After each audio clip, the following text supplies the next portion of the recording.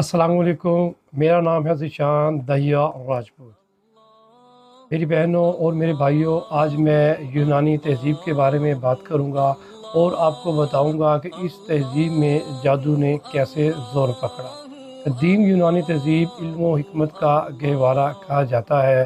یہاں کے لوگ کائنات کے بھید جاننے کے دعوے دار تھے، لیکن اسی علم کے پردے میں جادو ٹونے ٹوٹکوں کو بھی جگہ مل گئی۔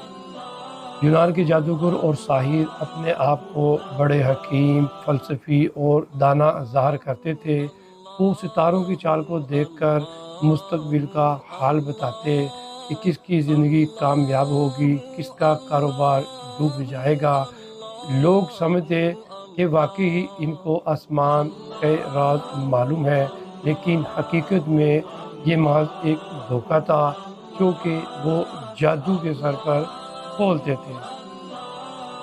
اگلے کلپس میں میں آپ کو کچھ اور ڈیٹیلز میں بتاؤں گا۔ اللہ آپ کا حامی و ناصر ہو۔ السلام علیکم۔